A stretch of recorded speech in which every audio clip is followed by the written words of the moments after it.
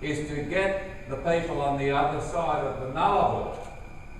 The Wilderness Society is doing great work on this, but we've got to do more to be as vitalised about this issue as you were here in Perth and the people in Adelaide and Brisbane and Cairns about the Franklin 30 years ago.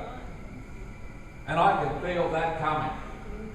And if there's one thing that might, I think, trample all over this project, it's dinosaurs. Just off the coast.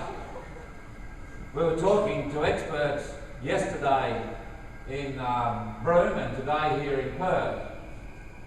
Is this massive, fabulous, fantastic carving region for the even bigger creatures that inhabit the world with us, the great whales. And after this gas hub, if they get it up, they've got more coming in the middle of these nurseries and carving places for the biggest creatures that we've ever known on the planet. Just as we human beings are beginning to understand the thrill of seeing a whale, the feel of knowing there's warm-blooded cousins of ours in the ocean are coming back from the brink of extinction. Well, there's only one thing going to defend the whales: the spiritual relationship of the indigenous people and their songlines with those dinosaurs, and that's us. One of the reasons I'm quite happy to be moving out of being just a senator talking about Peter Slipper or trying to work out if the Tony Abbott is the replacement environmentalist in Parliament, is that the freedom to campaign is there. I have set up this Bob Brown Foundation, excuse the name, I'm embarrassed about it, but people keep saying that's what we're going to call it. They've got a big billboard up at Canberra Airport at the moment from people who make instant lawn. You know, you buy it and put it down the front, you don't have to grow it. And it says, "We're greener than brown." So we might get them into the act as well. But I'm just itching to get into what I see is a campaign to protect the Kimberley, which would be much better.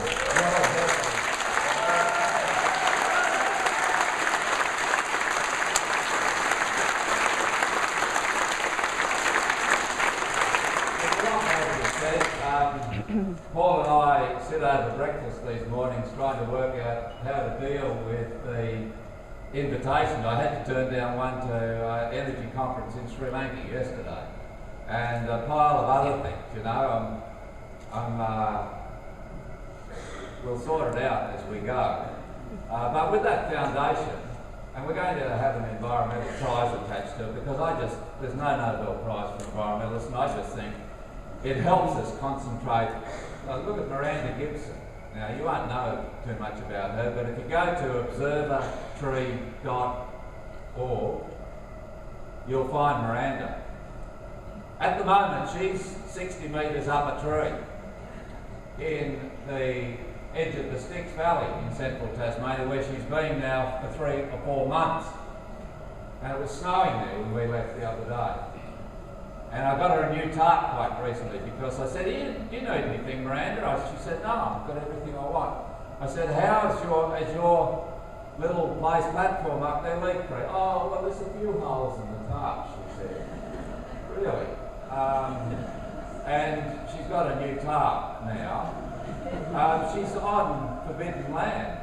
This is the precinct of the Forestry Tasmania, which, by the way, is selling the people of Tasmania's forests, which they got for nothing, to buyers in Japan, ultimately, and China and elsewhere, and is doing so at a monthly loss of $4 to $5 million. How would you get on in business with that? Free goods in here, sell them over there and lose $4 to $5 million a month in a state where they're closing hospital wards and can't afford teachers. Well, we'll deal with that one, but for the moment, isn't Miranda the sort of courage that should be getting a Nobel Prize? Alfred Nobel invented dynamite, though. He was an armaments manufacturer. That's why, when he realised what he'd done, he set up the Peace Prize. That's what happened.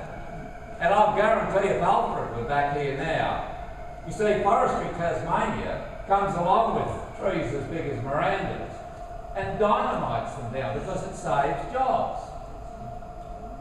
They blow them up using Alfred Nobel's dynamite. I bet if he was around now, he'd be giving his Nobel laureate to Miranda, not to Forestry Tasmania. And that's what we've got to speak up.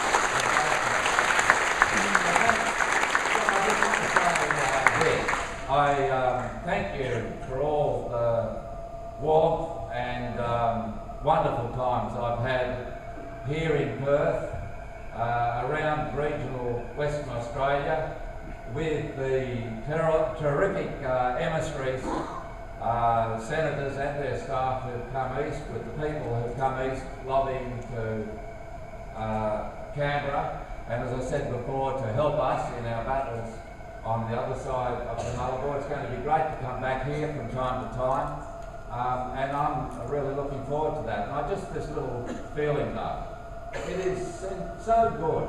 I see life as a moving footway, and it's so good as you see the end of it coming up, and you know you're going to step off there before too long, to look back and see the beautiful, bright-eyed young women and men who are stepping onto that footpath back there. I met a group of them up at James Price Point day before yesterday.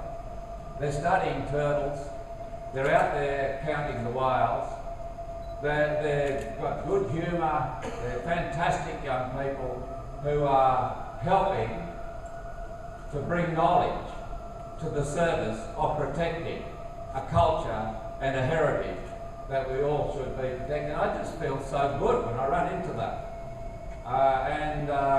Finally, I'd like to pay tribute, thank you, Noah, and to add to that, to this little planet, which gives us life, gives us sustenance, gives us some terror at times as well, but also provides us with happiness and the creativity which vitalises life. It's just great being alive. Thank you, ladies and gentlemen.